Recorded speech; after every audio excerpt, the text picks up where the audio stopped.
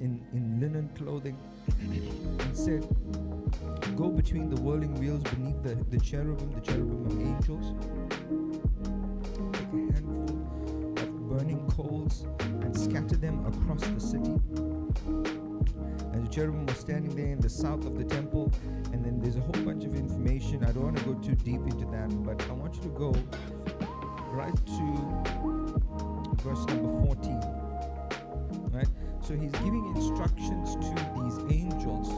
He's giving instructions to the ones that process his orders, his organization. Right? And he says in verse 14, each of the 4 cherubims have 4 faces. The first was a face of an ox. Right? The second was a face of a human man. The third was a face of a lion. And the fourth was a face of an eagle. Right? So there were these 4 cherubims. So the picture is, there's God's throne. This is the vision Ezekiel gave. So there's God's throne that he's seated on. Beneath God's throne are 4 angels that move with God's throne. So God's throne just flies. So that's what Ezekiel saw. And the 4 different angels, one had a face of an ox, one had a face of a lion, one had a face of an eagle, one had a face of a man. Right? But the important thing that this vision was given when the glory of God departed from the temple.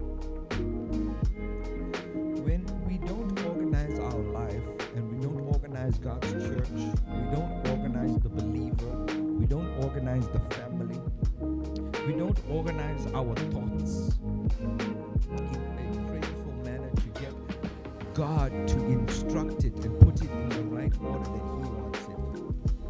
Right? When we don't get God to instruct how to raise up our children and put it in the right structure, when we don't get God to put our marriage in the right order, in the right structure, when we don't ask God to put our finance in the right order, organize is from when it comes in to when it goes out, everything God has told me to do.